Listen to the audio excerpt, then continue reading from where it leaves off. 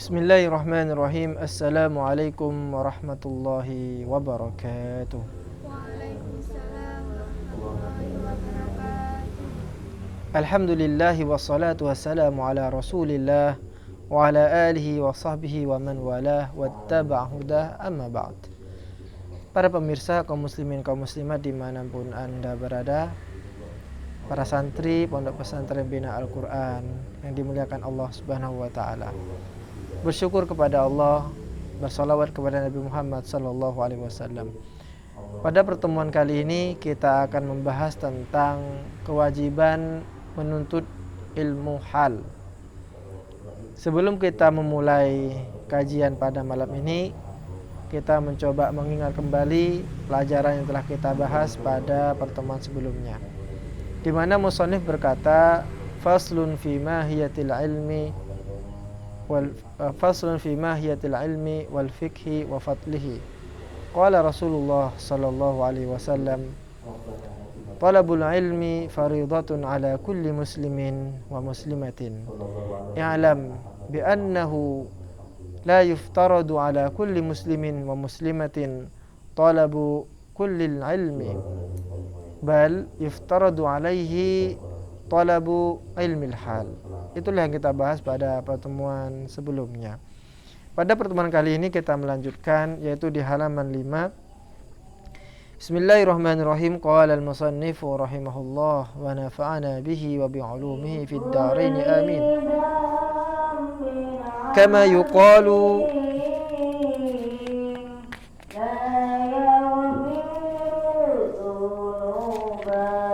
كما يقال أفضل العلم علم الحال وأفضل العمل حفظ الحال ويفترض على المسلم طلب علم ما يقع له في حاله في أي حال كان، فإنه لا بد له من الصلاة، فيفترض عليه علم ما يقع له في صلاته بقدر ما يؤدي به فرض الصلاة.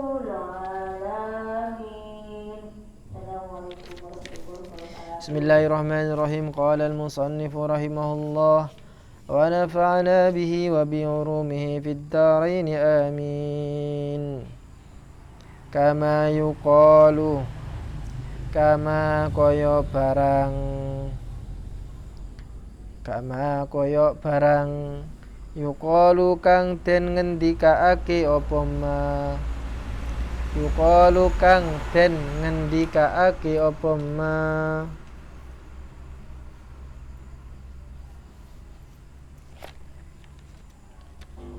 Afdalul ilmi utawi luwih utamane ilmu iku ilmul hali, ilmu tingkah kang arep den lakoni.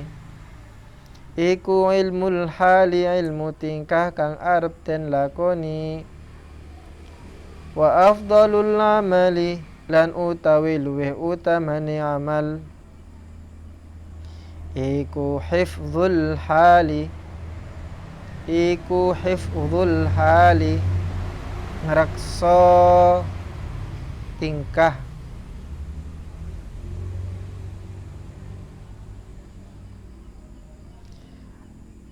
Wa yuftaradu lan ten farduaken alal muslimi ing atase wong Islam apa talabu ilmin, apa talabu ilmi ma, loro ilmu barang ya kau kang tumiba apa ma lahu kaduwe muslim fi halihi ing dalem tingkane wong Islam, fi ayyi halin ing dalem endi-endi tingkah, kana ono apa muslim, kana ono sapa muslim. Kama yuqalu afdalul ilmi ilmul hal wa afdalul amali hifdzul hal wa yuftaradu 'alal muslimi talabu ilmi ma yaqa'u lahu fi halihi fi ayyi halin kana. Yang artinya seperti yang dikatakan bahwa sebaik-baiknya ilmu adalah ilmu yang akan dilaksanakan. Maksudnya apa? Maksudnya di sini musannif atau pengarang ingin mempertegas kembali bahwa tidak semua ilmu itu wajib kita pelajari. Kita wajib mempelajari ilmu yang akan kita lakukan saja. Kalau kita mau mempelajari semua ilmu, maka niscaya umur kita pun juga tidak akan mampu. Sebelum umur kita selesai, ilmu yang kita dapatkan pasti cuma secuil saja dari sekian ilmu yang ada. Bahkan untuk kita expert atau spesial di bidang ilmu tertentu itu, di bidang ilmu yang terkhusus itu, dengan umur yang kita ada, itu terkadang juga tidak cukup. Zia, satu misal, berada di dalam ilmu farmasi tentang obat. Ilmu halnya bagi Zia itu adalah tentang ilmu farmasi. Jadi yang wajib dia pelajari adalah ilmu tentang farmasi. Terus ilmu-ilmu yang lain tidak wajib. Tidak wajib. Ilmu tentang kelautan, apakah dipelajari? Tidak. Kenapa? Karena itu bukan ilmu halnya. Tidak ada hubungannya. Tapi kalau mau pelajari, ya monggo, tidak apa-apa. Tidak ada masalah. Namun jangan sampai lupa bahwa ilmu yang menjadi konsen kita itu harus kita kejar. Kita kuasai, baru setelah itu kita beralih kepada ilmu yang lainnya. Sampai berada di madrasah. Madrasah itu adalah sekolah agama. Maka ilmu yang wajib sampean kejar adalah ilmu agama. Kenapa? Karena konsennya di situ sampean. Orang akan mengenal sampean adalah lulusan madrasah. Kalau lulusan madrasah kemudian baca Qur'annya si tot banyak salahnya, ini perlu dipertanyakan. Kenapa? Karena itu konsennya sudah. Kalau orang dari madrasah kemudian baca Quran banyak salahnya, wah ini bermasalah berarti. Tapi hal yang wajar kalau konsennya satu misal ilmu bahasa Inggris, tapi tidak bisa bahasa Arab, ya tidak apa-apa karena memang bukan bidangnya. Nah, kalau dalam contohnya di sini seperti sholat. Sholat ini merupakan kewajiban yang pasti akan dilakukan oleh semua muslim. Oleh karenanya setiap muslim wajib mengetahui ilmu tentang sholat. Kenapa? Karena dia akan melakukan. Sampean mau haji besok, maka sekarang ini sampean wajib mempelajari ilmu tentang haji. Tapi kalau ketika sampean tidak melakukan haji itu, ya tidak wajib mempelajari ilmu tentang haji. Wa afdalul amali hifdzul hal, dan sebaik-baiknya pekerjaan itu adalah menjaga tingkah laku. Setelah kita mengetahui ilmu tentang sholat, kemudian kita di awal sudah melaksanakan sholat itu, maka sebaik-baiknya pekerjaan itu adalah menjaga untuk konsisten di dalam sholat itu.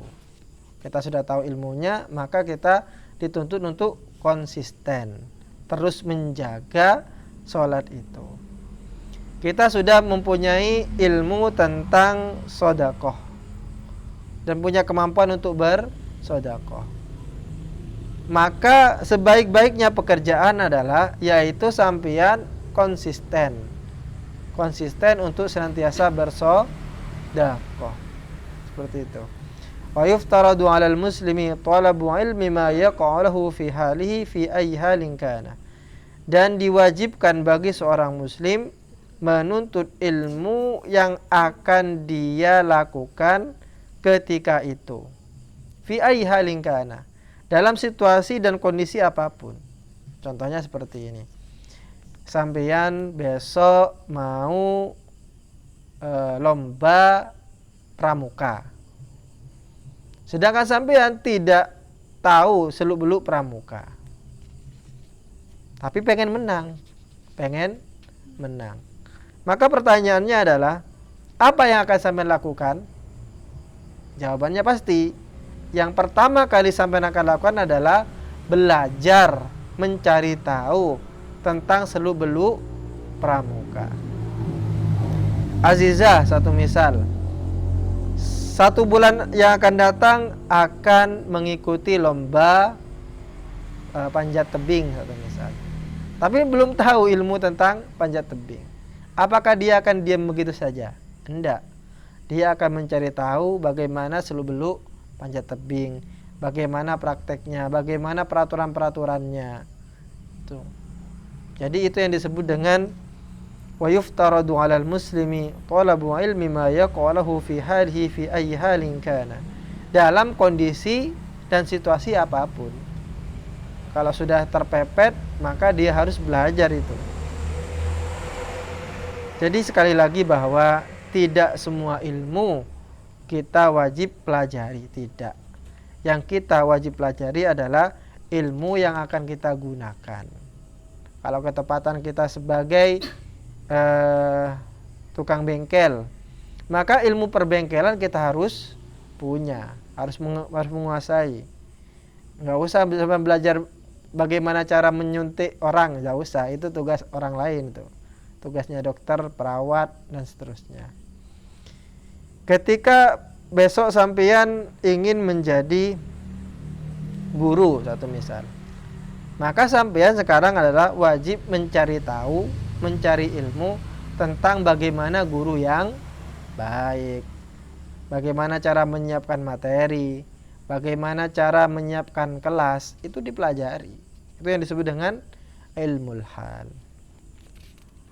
Maka yang kedua adalah kita harus bisa memetakan mana yang harus saya pelajari secara sungguh-sungguh, mana yang harus saya pelajari tapi cuma lewat saja.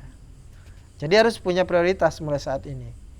Saya pengen cita-cita jadi apa, maka mulai saat ini mulai dipetakan ilmu-ilmu apa saja yang saya harus kuasai. Kalau sampean sudah menguasai dan benar-benar dalam, maka sampean disebut dengan spesialis di bidang itu. Dan ketika kita menjadi spesialis, maka itu semakin khusus. Tidak mungkin orang spesialis itu kemudian menjadi umum, tidak. Umum dulu, baru setelah itu spesialis. Contohnya seperti ini, seorang dokter ketika dia masih lulus S1, maka dia disebut dengan dokter umum.